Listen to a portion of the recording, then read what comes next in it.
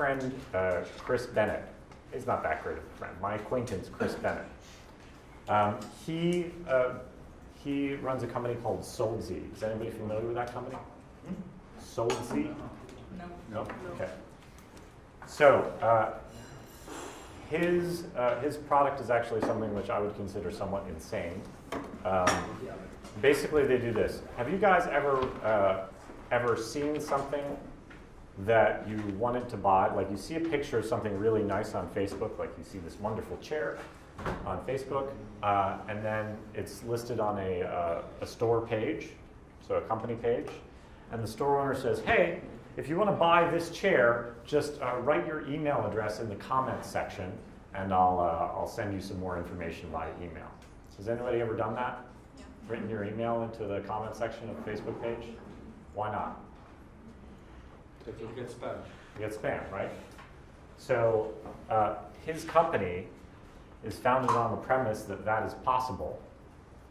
And what they actually do is they scrape the email addresses from the comment section and send invoices and deal with inventory and all the logistics behind that. I would have thought that would be an incredibly stupid business to go into, but they do tens of millions of dollars in transactions.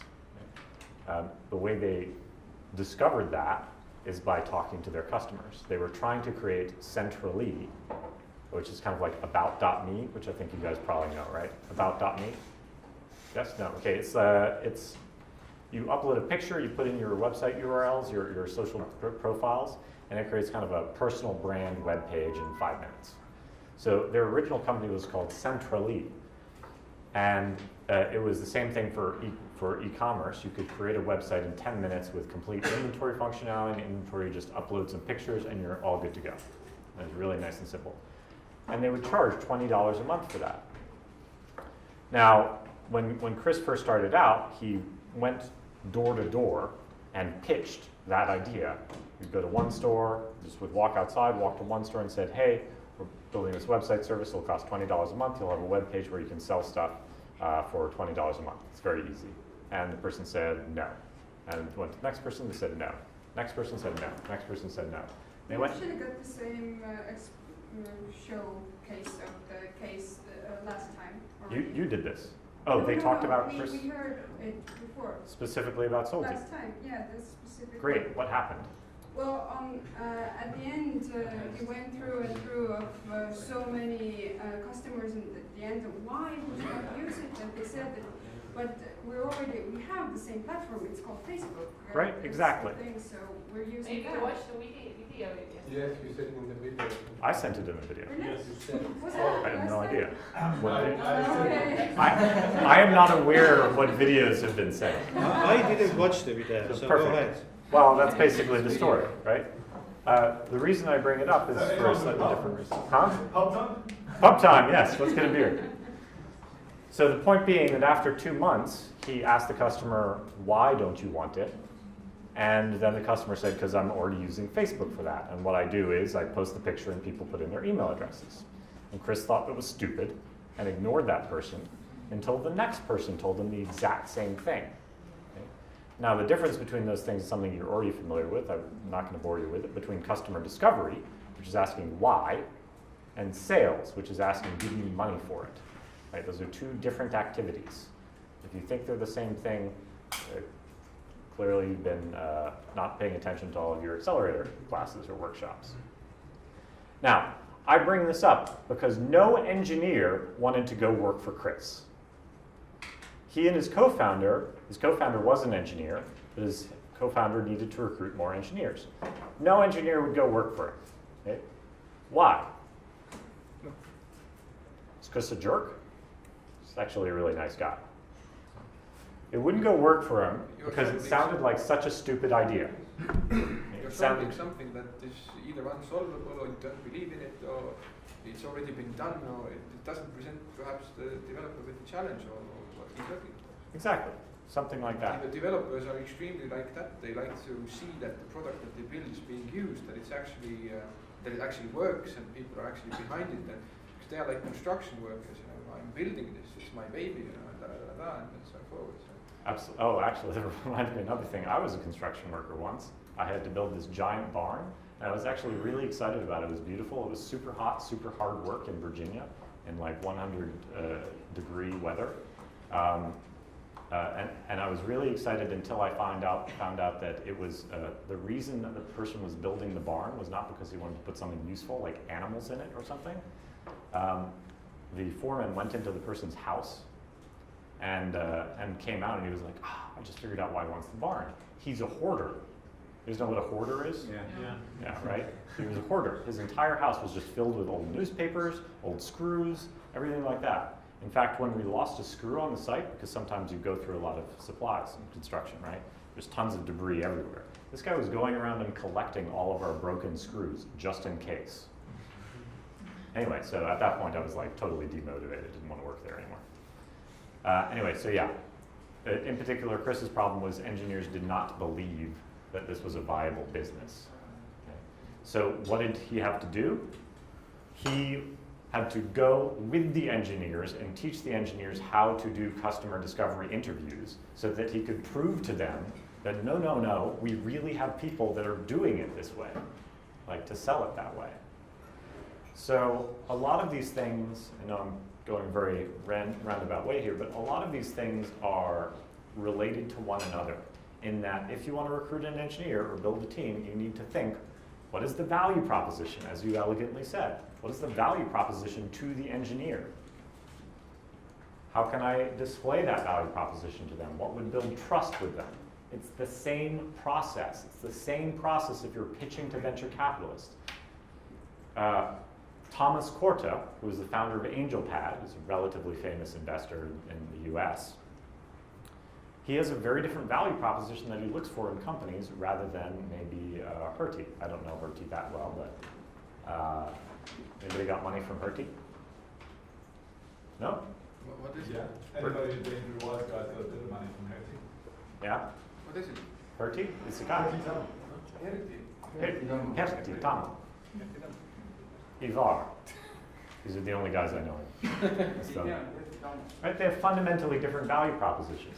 Again, I don't know what Hertie's value proposition. Maybe it's like, well, I want to see a really good return on my money.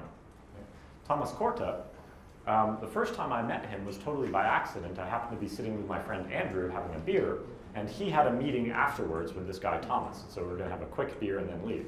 And then Thomas walks in. He walks in a little bit early. He's 15 minutes early, so I'm still sitting there, and he's like, let's have a beer.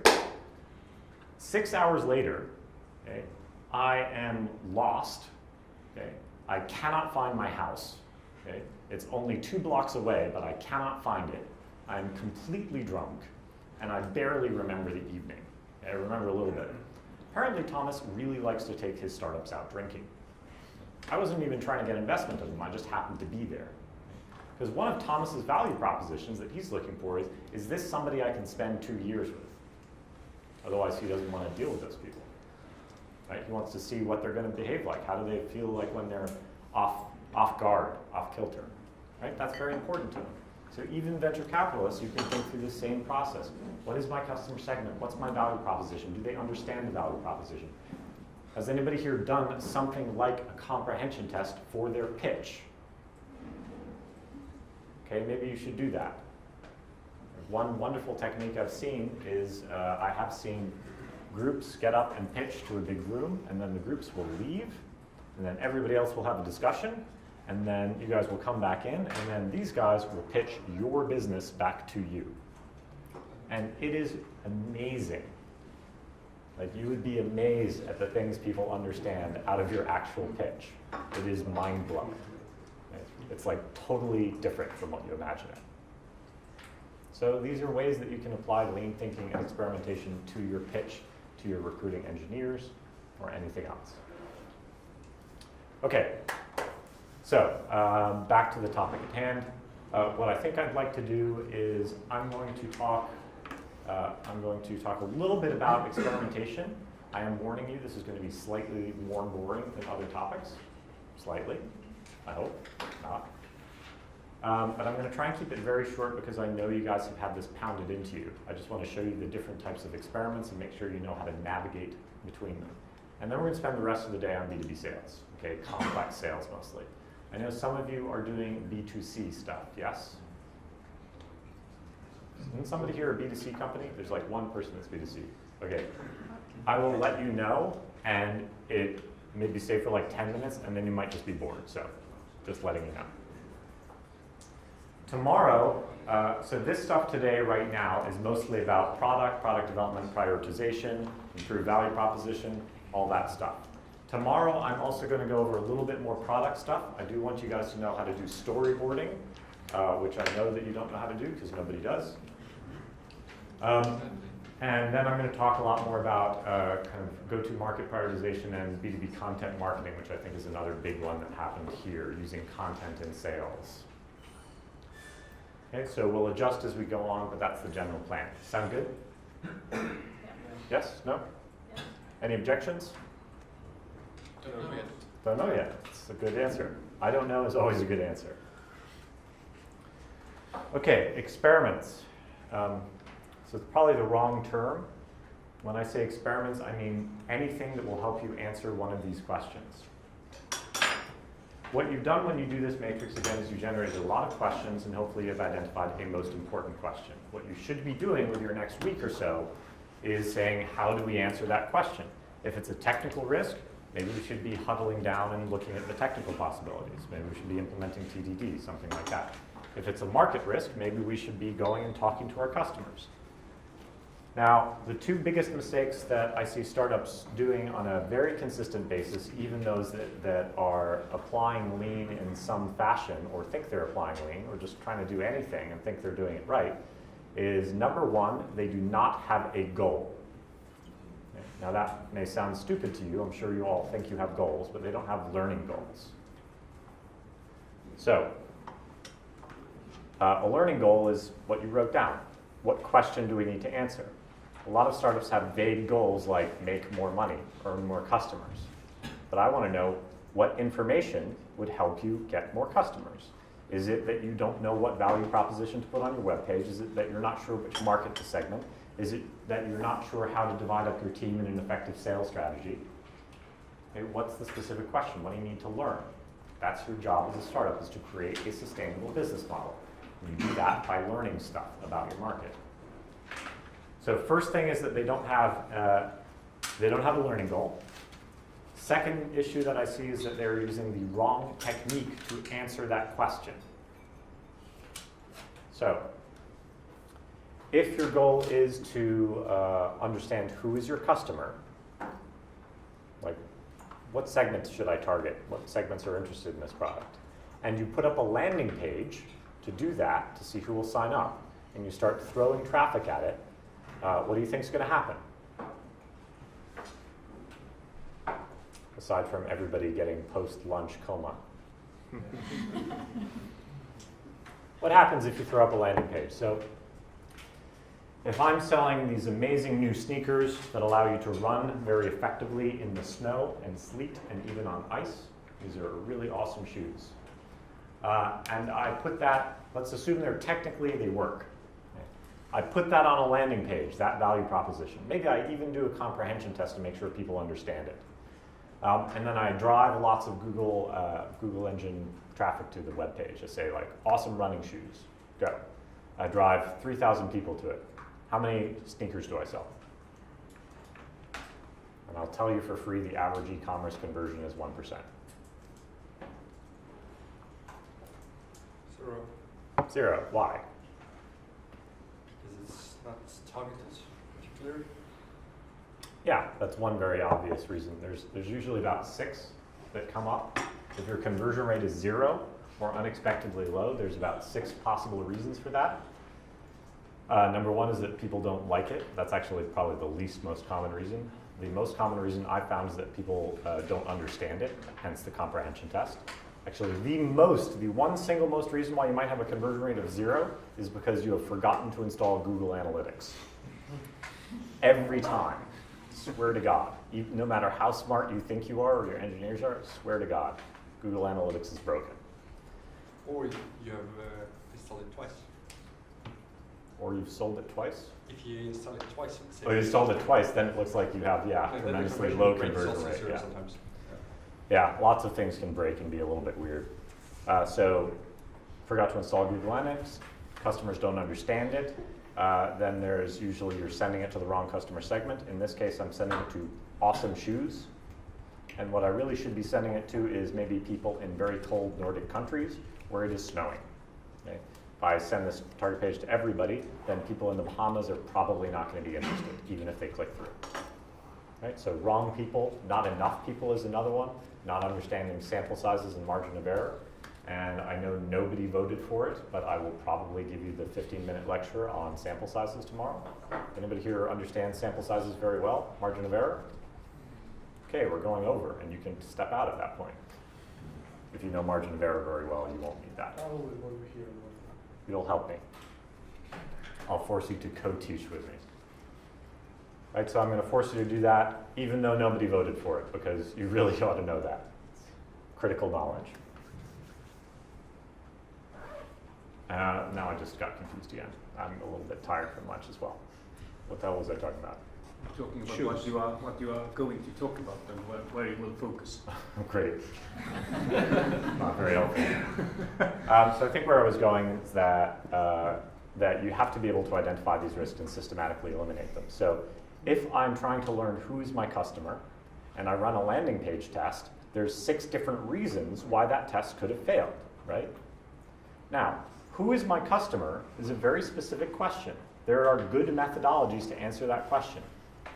Using a landing page is not one of them. Even if that landing page works and is effective, and I get 15% conversion rate on my landing page to email sign up, it tells me 0 about who my customer is. It doesn't answer the question. Right? And more likely, the conversion rate is going to be too low because I don't know who my customer is and I'm sending the wrong people there. So I have to use the right method for the right question. If my question is, in this case, how do I recruit engineers? Some of the smaller questions there is, what is the value proposition for engineers? Why would they want to join my company? Right? Same as asking, what is the value proposition of my product? The way that you answer those questions is different from, will you buy this thing? How many customers will buy this thing? How much will they pay for this thing? How much will they pay? Use a landing page. Use a sales process. Who are they? Go talk to your customers. Fundamentally different. Okay? Customer discovery or landing page test. So I do have a template. I do encourage people not to use this template. Here it is slightly larger. I'm not going to go through it today. We'll most likely go through this in one-on-one sessions if you're really interested. But the 2 most important things are learning goal, what's the question, and what method are you going to use to solve that? What methodology? Again, I'm going to go through this super quick because I know you've seen some of this, but nobody's seen this particular book, right? Or this particular symbol? You have. Sorry, a lot of this stuff is repeat for you. Yes? No? Okay.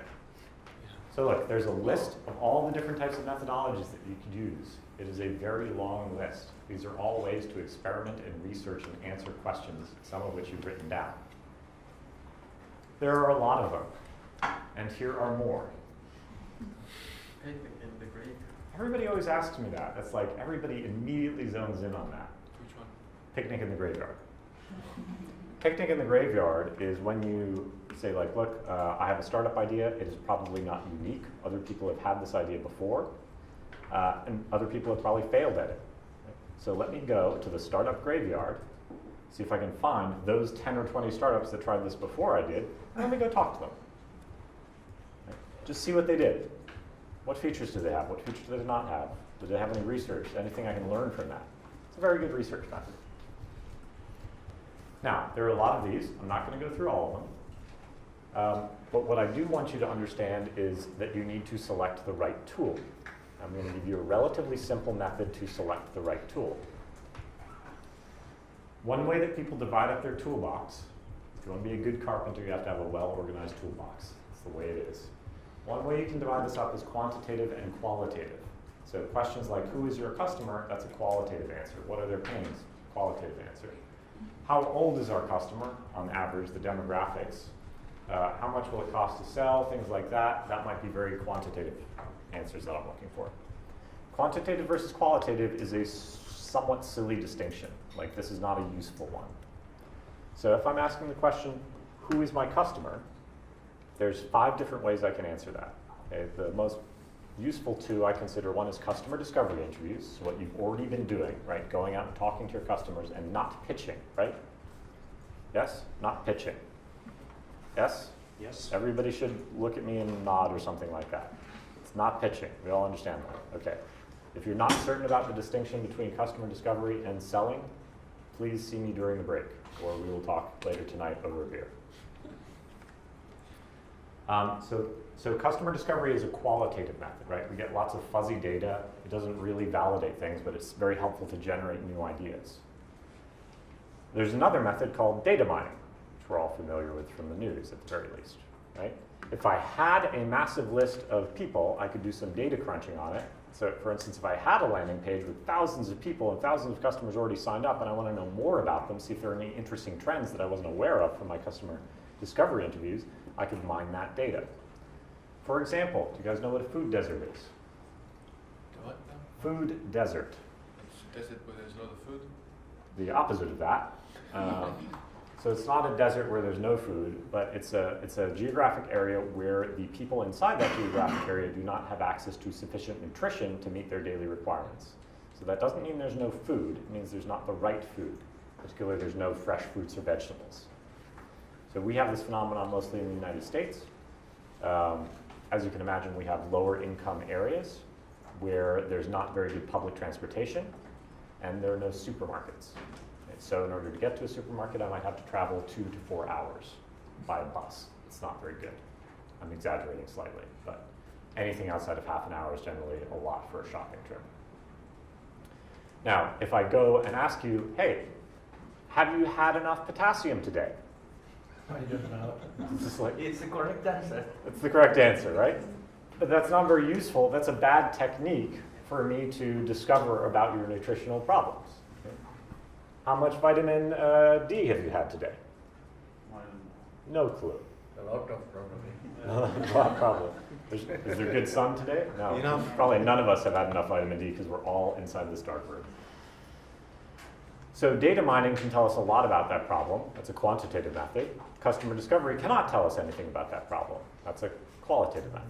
Right? So different methods are useful depending on what resources and access you have. If you've got the data, crossing up the public transportation grid with the socioeconomic data, with the location of supermarkets is going to tell you exactly where all the food deserts are. No amount of customer discovery interviews will help you do that. So this distinction is not useful. Who is our customer can be answered by either of these 2 methods.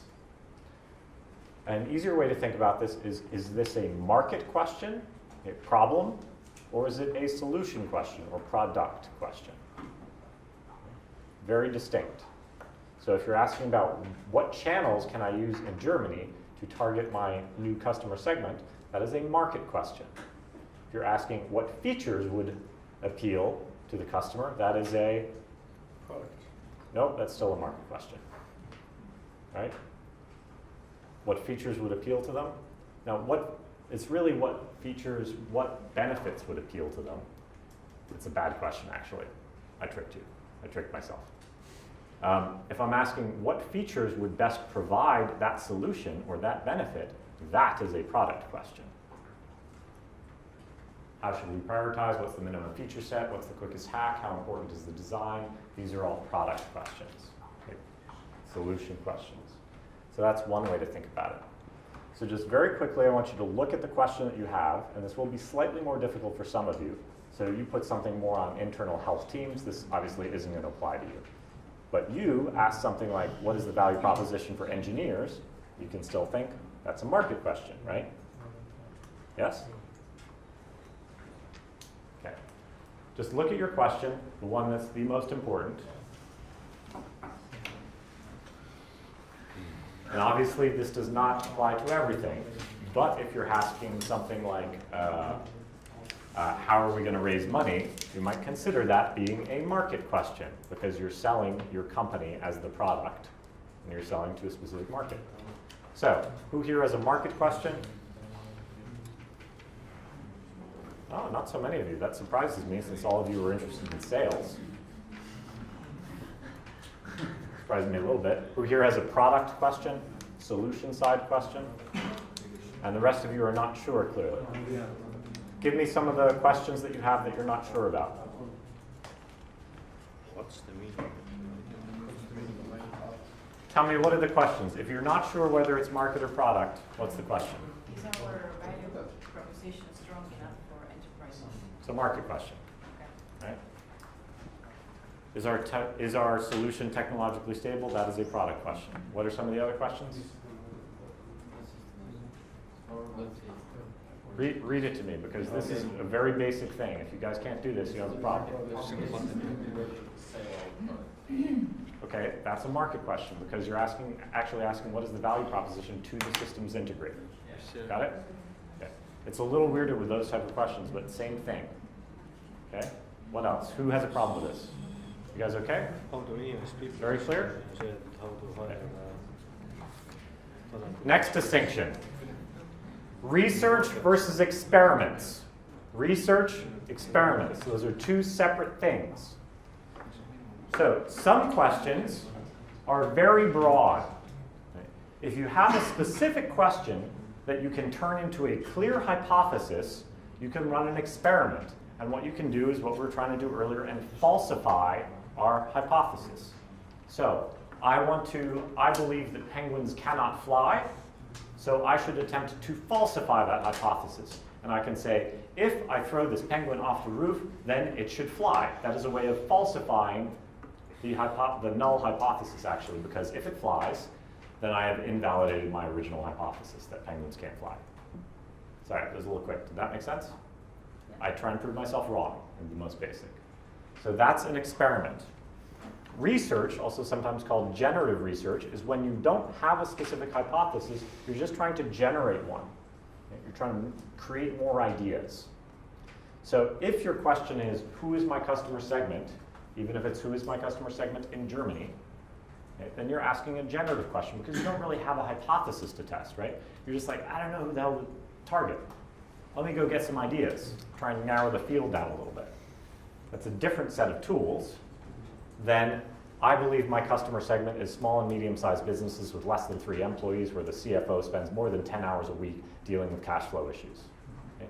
That is fairly specific. Okay? With that hypothesis, I can go and test that. I could run a landing page against that customer segment. Okay? If you don't have something super specific, and I know you guys were probably forced to do customer personas, yes? Yes. Right? Did you hate it? Yes. Yes, okay. Right? Lots of people hate it. You still got to do it. I disagree there. You disagree that you should do customer segmentation? No, I agree that we should do customer segmentation. I disagree with the buyer persona thingy because I think in some instances the buyer persona itself, whether it's a girl or guy and so forth, doesn't perhaps make that much sense. Rather, if we are selling software, then it's rather the to-do list that will get us. Okay. So it's Yeah. whether it's John or Mike buying the product, or whether he's 55 or 45 years old, I don't really give a crap, Yeah. because he will look at the list and say, can you do that, can you do that, can you do that, you can't do that, sorry, you're out. Yeah, so when we talk about segmentation, there's lots of different ways to do customer Yeah, of course. segmentation. So customer personas is one way. I do think it's useful for some reason, but what I'm really interested in is a psychographic rather than a demographic. Mhm. So yeah, I totally agree with you. I don't need to know that they're 43 years old. That might be irrelevant. Yeah, of course, I was might. generalizing as well, of course, Yeah. But so you're right, that's a very good point. Right? But you all have to do customer segmentation at some level. Otherwise, you're Of going to course. spend too much per person. And sometimes it is very painful. By the way, I do recommend you guys do customer personas if for no other reason than you guys want to grow more employees. You want to make sure the employees understand the customer, that you're all building the right thing, that you're all in line. Having a customer persona is also an extremely good way of keeping the team in line and avoiding lots of tedious requirements. One of my favorite is, like when you're having this argument about prioritization in the company and how to solve certain problems, and you get into these ridiculous 4-hour conversations that are just like, I think the font size should be 8 points, I think the font size should be 23 points, and you're like, why would you think that? That's completely dumb. You're going to take up the entire screen. The entire design has to change if we use 24-point font. Have you guys had, maybe not quite that dumb, but similar conversations where you're just arguing about the technical requirements? Yeah, of course. Okay. So a lot of times what I find is that those discussions come about because you have a fundamentally different understanding of who the customer is. And so the guy with the 24-point font probably thinks you're trying to serve like my mom or something like that who wears glasses and needs the font to be really big. It's 8-point font. Maybe you're targeting people with fantastic eyesight. I don't know. The point is, you might just have a fundamentally different opinion of who the customer is, and you're wasting time arguing about it because you keep saying, I think the user wants this. I think the user wants this. If instead you have something very specific, like Bob, okay, who may be 44 years old, if that helps you visualize the person and communicate it to the other members of your team, use that. It's great shorthand to be able to distinguish Bob from Ivar from Selchuk. You know, these are very different people. And you can use that as a quick shorthand in your company to get things done and stop arguing. Anyway, so generative, evaluative. Who is the customer? How much will they pay? That's more of an experiment. Or actually, that's not even very good. I would say, will they pay $20? That's a specific experiment. Now, do you guys remember when we were playing the number game? Okay. So if you have a specific hypothesis and you test it, okay, that's an experiment. What did you guys do? You guys didn't really get stuck at any point. Sometimes people get stuck. Yeah, but we have a room full of smart people. There's a room full of smart people, but you were the one who started putting in numbers, right? Yeah. Yep. Okay. So you were doing the right thing in this case. You're like, I have no idea. Let me just go get data. That's generative research. Okay? I don't have a clear hypothesis to test. Instead of sitting here, let me just start putting numbers in. Okay, let me go get information. Let me go talk to my customers. That's generative research. So if you make the site prettier, the completion of the checkout process will increase by 25% in 6 months. Good hypothesis? Is this testable? Yes. Yes? What does prettier mean? That's to be defined, but in general, I think you have measurable goals. Now you just need to define what is prettier. If you make the colors or change the logos or whatever. Yeah, if you define what is prettier, then it is a well-defined hypothesis. Sadly, most of us write down very generalized hypotheses which are not clear. Like, if users purchase the product, great, which users? It's very hard to set the specific conditions of success or failure if you don't have something very specific. If you include one special holiday look and one seasonal price, then you'll see an increase in purchases, good or bad? Good, bad? Bad. Why?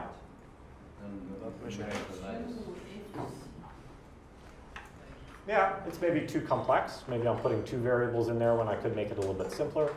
I think it's still relatively reasonable. Increases, I haven't set the fail condition, the success condition, but it's not terrible.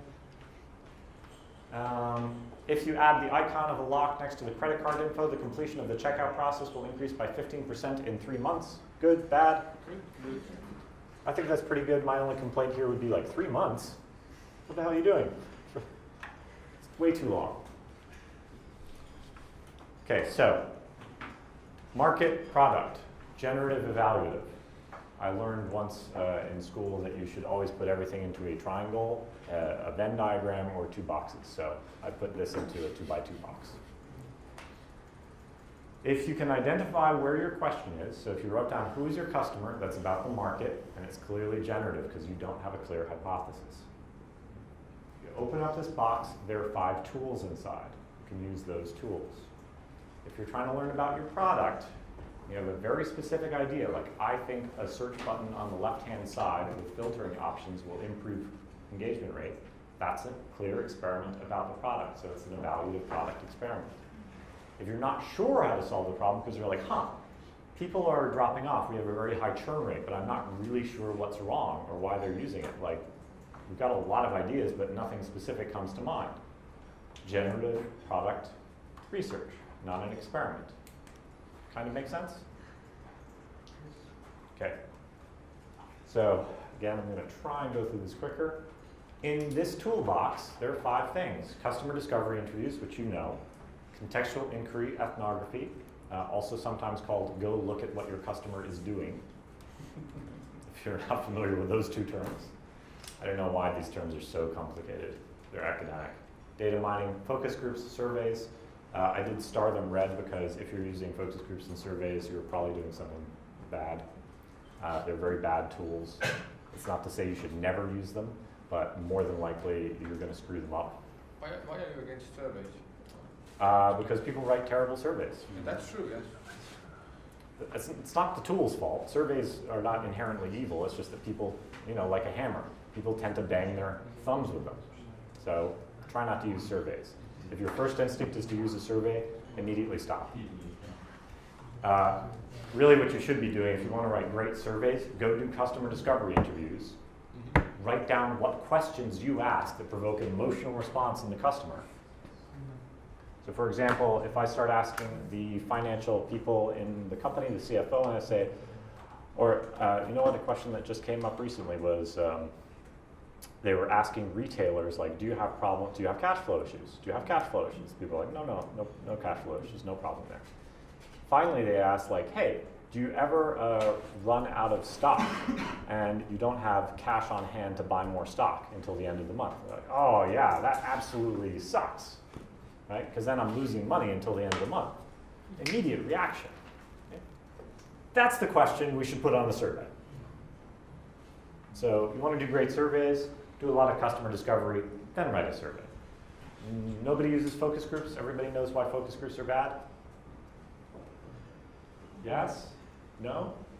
No, I don't think much is being used in general focus groups anymore. Okay, I'm going to explain briefly about focus groups. There's the danger of groupthink. There is the danger of groupthink. So focus groups are very useful if you want to know how people behave in a group, and they're utterly useless if you want to know what people actually think. So there's the famous case of New Coke. You guys all look a little bit too young for New Coke. I still remember New Coke. Me and Callum. New Coke. So New Coke was a new version of Coca-Cola. They taste tested it, so it was a better product. It tasted better. They launched. They did do some focus groups with New Coke, and they identified groupthink. Again, keep in mind this is America. Okay, so all your biases against American stereotypes are probably right, and they apply in this situation. So this group of people go and they start asking, like, here's New Coke, I think it's really cool, what do you think about it, what do you think of the can? And everybody's like, huh, it looks interesting, I'll give it a try or whatever. And then this guy is like, New Coke? Coca-Cola's as American as it gets. Like, you can't change Coke. No way. It's un-American. Hell's yeah. Right? So, and then all of a sudden these guys are like, oh, well, we're patriotic. Yeah, no, you can't change Coke. Right? So you got this weird group thing. Anyway, allegedly, I was not there, but allegedly what happened is that they decided to ignore that data, right? Because this person was clearly influencing everybody else. And then they launched New Coke. And what actually happened in the market was exactly what happened in the focus groups. People went berserk. Like, it was phenomenally strange. People actually started hoarding the old style of Coca-Cola because they thought they weren't going to produce any more of it. Like, there was a black market for Coca-Cola, which was not the desired reaction. So they're actually forced to do a massive recall, despite the fact that they could quantitatively show that the product was better. So this is probably the only circumstance I know where focus groups are actually a great idea and they ignored it. Okay? But most of you are not dealing with that situation, so if you're trying to get individual customer needs, talk to people individually. If you want to get groupthink or see how group dynamics go, like in complex B2B sales, you might want to do a focus group. Out of interest, do you happen to know why, in the first place, they decided that they need a new Coke? Oh, I think they were losing market share to Pepsi. I think that was the reason. But wasn't it a bit misleading? Because if you just say you don't show the bottle and you say that you have a new type of Coke, there's going to be people who think that you have a new type of Coke, not Coca-Cola. This is what happens in South America. So in this case, they were testing in America. I don't think the terminology was a problem. I think everybody was aware that they were not talking about cocaine. Again, I wasn't there, so I'm not telling the story verbatim. Get high with soda pop. I mean, the original Coca-Cola had cocaine in it, so it's not too far off from the truth. America's a very strange place. It's just like, it's a very strange place. It's because they had in the bars, the women weren't drinking alcohol, they would drink Coca-Cola, so the women were like not drinking alcohol but getting high as a kite. Really strange. Anyway, so depending on the question that you're asking, you have all these methods that you can use. Now, all the rest of these boxes have basically the same thing. We already talked about Solzy, Contextual Inquiry. This is a shower company that was losing sales, or they wanted to see what problems we're solving, what problems people were using, what problems the people using their showers had. Okay? I don't have a problem. I don't have a problem either, but they were like, well, there must be some problem because why aren't we getting more market share? There must be something that's better or worse about our product. How can we improve it? Are there any problems? So this is an open-ended question. They decided to do generative research. They decided to use contextual inquiry, meaning they put cameras in the showers. Good idea. Great idea. Now, not in everybody's shower. That would be illegal. But they did put... Randomly. No, not And some No. cameras behind the scenes. They paid people and said, like, hey, look, please wear these bathing suits. Wear some bathing suits in the shower, but I want you to go in and just use the shower like you would normally. Again, without going too much into it, they did discover there are problems when using showers. Like, I discovered this weird problem actually with a sink the other day. So it was one of those really fancy sinks. So it has like a nozzle and it's all sleek. And there are actually no handles. You just turn the end of the faucet and it turns on. So this probably is not going to make any difference to you guys, but in California, we have a drought. Okay, so if you want to wash the hands in California, it's a drought, no water, right? You turn on the water, you wet your hands, you turn off the water, then you take soap because we don't want to waste water. So you soap up your hands and then you turn on the water. Okay? That's normal behavior. That's normal behavior. Good for you guys. You conserve water. Now, if your hands are soapy and there is nothing to hold on to here, it's just a completely smooth, slick thing, this is absolutely impossible. It's absolutely impossible. Right? So with these guys also, I think they made a handle which is like a bar so you could push it up with your hand. They discovered all these like simple small problems like, oh, if you just shampooed your hair, you might not be able to find everything. So like if the handle has a lot of sharp edges, you might bump into it. That's a problem. You know, simple things like this. They actually won lots of design awards based on their research, the contextual inquiry. We talked about data mining. We talked about surveys. Please don't ever ask this question. Like never. Somebody already told you this, right? Never ask this question. Everybody will lie to you. You can use surveys for things like demographics. That's actually quite useful. And we talked about new code. Right. So evaluative market experiments. I have a hypothesis. I want to know, will the customer pay $20 for this? There's a set of experiments for that. We talked about comprehension testing. Do they understand this specific phrase? Conjoint analysis. You guys can't afford that, so don't worry about that. Data mining, traditional market research. You know, like I think the customer is small, medium-sized businesses with employees under 30 that are in the financial sector. Go Google that. There's market survey firms that you can pay for that information. Traditional market research, totally valid. There's nothing not lean about that if it gets you the information. So there's no dogma about being like lean, whatever that means. Closed-ended surveys, pre-sales smoke tests. So pre-sales like Grow It, Click and Grow. Right? Click and Grow crowdfunded their first products. Right? Great company, right around the corner from where I'm staying.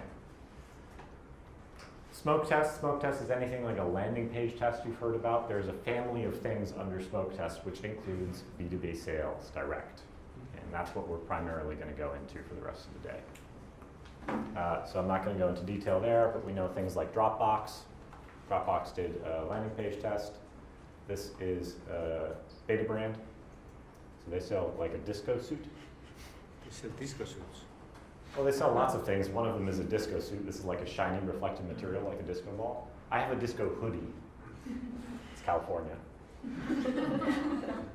This is like a pair of pants specifically for bikers because you can fit the lock like right into there, and this leg rolls up and has a nice little clip.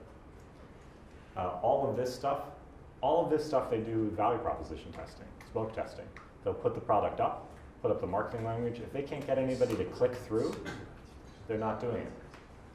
Dress pants, sweatpants. So these are sweatpants that look like formal pants. That's great. I actually saw a tuxedo onesie. Yeah, me too. Or it was like a suit onesie, like it actually looks like a suit. And I've seen pictures of it, and you cannot tell which one is wearing a suit and which one's not. A onesie is like, it has a zip here, and you just, the whole thing, one piece, Oh, like pajamas. there's also the wetsuit, which looks like a suit. Oh, really? That's Yeah, good for too. surfing and stuff. For surface, yeah. I'm not sure I'd actually want to wear that into the office though, but yeah. All right, so they do the same sort of thing. So landing page tests, very, very common. Oh, and here's click and grow. You can even do things like, hey, well, I'm selling pop-up cooking classes. Instead of creating a product, maybe let me just have a meeting for that and see if anybody shows up. So all sorts of things like that. Again, I'm not going to go through all of them. We will go through this individually at some point, but there's just too many startups here to do an effective exercise on this. All I want you to be aware of is that problem one, not having a learning goal. You cannot make progress unless you have a learning goal.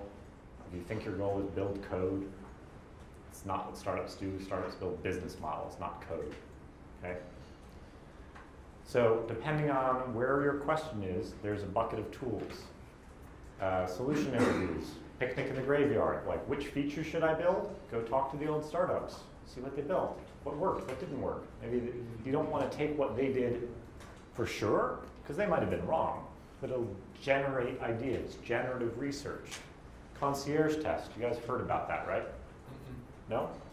Okay, concierge test is when I perform the service manually for them.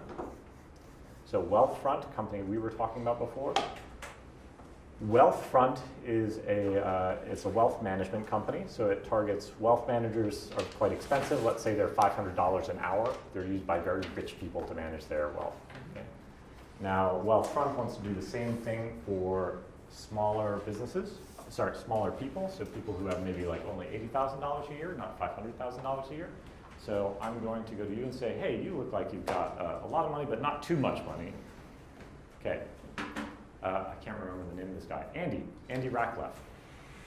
So Andy went up to people and said, hey, you have, just say yes to all of these things. You have $80,000 per year? Yes. Would you like to earn more interest on your? Yes. Perfect, right? So I'll tell you what, I am creating a product. Okay, it's going to be a web application that will manage your wealth for $20 a year, and it will manage it as effectively as a consultant that you could pay $500 a year.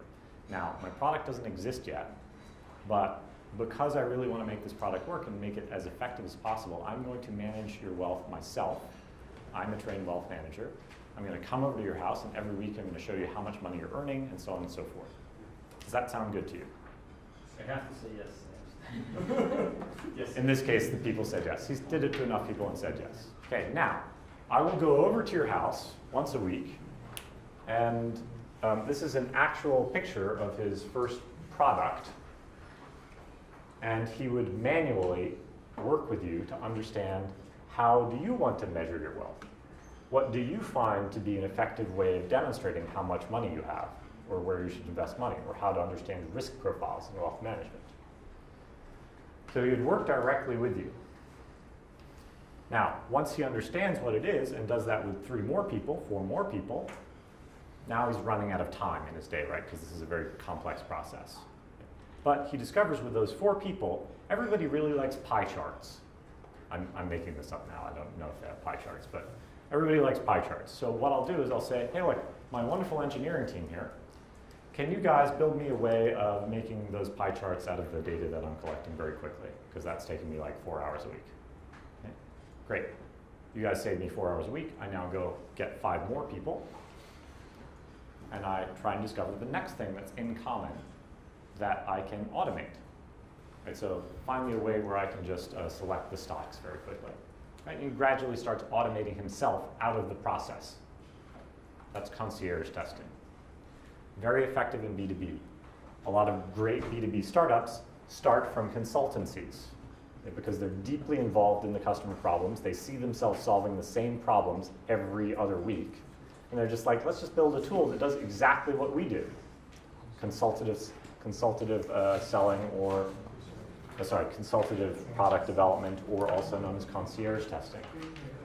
Now, the important thing about concierge testing is concierge testing, generative product research.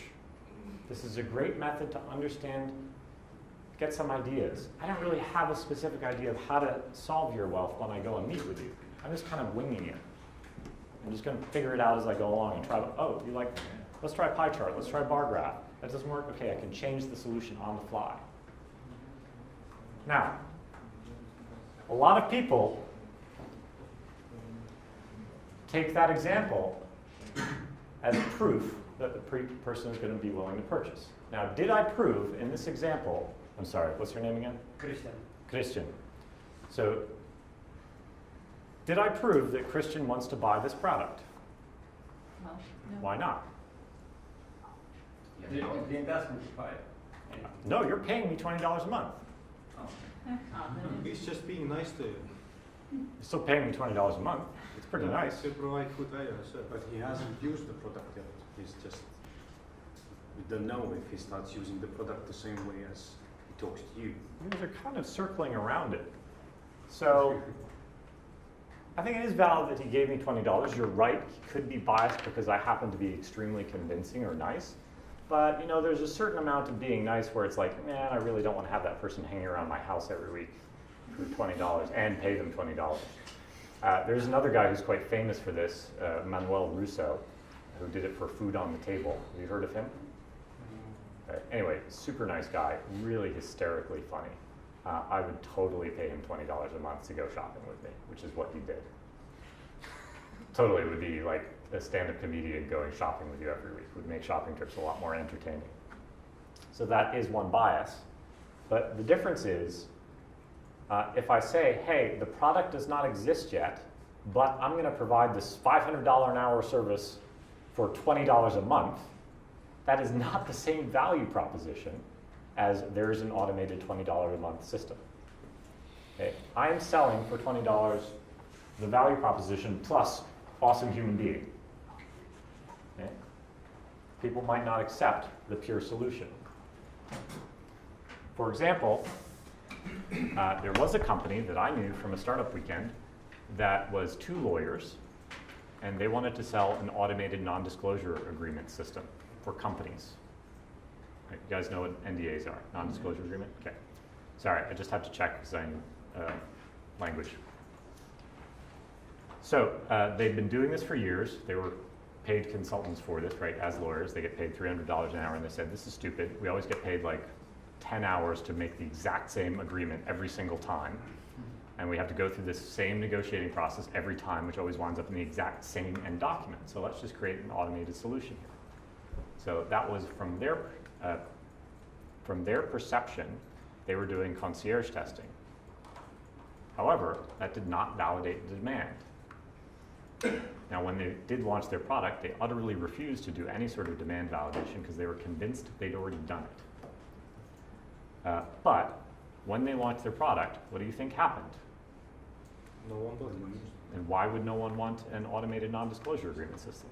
Because they didn't trust it. Because they didn't trust it. Why wouldn't they trust it? There's no lawyer. I mean, what's the value proposition of a non-disclosure agreement anyway? Probably just didn't understand it. It's a problem for them. Well, they understand it, and they understand they paid a lot of money for it. But what's the value? A lot of you guys worked in a large company. What's the value of a non-disclosure? You would be safe. You would be safe. on the safe side. CYA, right? Cover your ass. Exactly. Okay? My NDA is special. It needs to be good. It must be special. Yes. It needs to be good. So I need to be paid, protected. I paid you 2,000 for it, so it must be a good NDA. It must be good. Because if I pay you $2,000 for it, then if something goes wrong, it's his fault. It's not my fault. Totally different value proposition, and they just didn't understand that. So, and this happens all the time again, all the time. If you do an experiment, if you want to learn what is my value proposition, or sorry, will people pay for my value proposition, and you run a concierge test, you are making a fundamental error and you're not going to understand the data that comes back. If you're trying to learn what features would be best or prioritize them, you're not quite sure which will be the best, and you're testing it by launching them, you're not going to understand the data. You're probably going to screw things up. It might work, just like if I have no idea who my customer is and I launch it, and I just see if anybody will click through the page, it might work. It could work. We have the Yo app. Right? That worked. Just launch it and some people bought it. Do you care who? No, not really. So it could work, but the danger is that if it doesn't work, you're going to misunderstand the data, you're going to have false positives and or false negatives. But what if you have seen when you talk to customers that actually what you are selling, they actually want something else? Is that already enough to go and build a product? Well, so that's up to you. So there's a certain amount of risk that you're willing to take as an entrepreneur, just like we were talking about before. If that's enough, you have to figure out your risk profile. Now, no, I wouldn't think that would be enough for me. I want to know that somebody's going to pay for it before I build it. If I talk to them and I identify, here's my customer segment, here's the clear pain point, I would personally not go out and build it because I'm very risk averse. I still take a lot of risks, but not those type of risks. Like I've learned at this point, I've got a family, I would go and do that. Now, I want to make absolutely sure, are they going to pay me? So even in a B2B context, which is what we're getting into now, I want to have some form of payment that indicates that they're serious. Not just I have a problem, because everybody has had the problem where everybody here has a car? Who has cars? Okay, your car's ever made any weird noises? No. Yes. Yes. American car. American cars, always make weird noises. It's going, yeehaw, every time I turn on the engine. Right? That's a bad sound, that's gas is empty.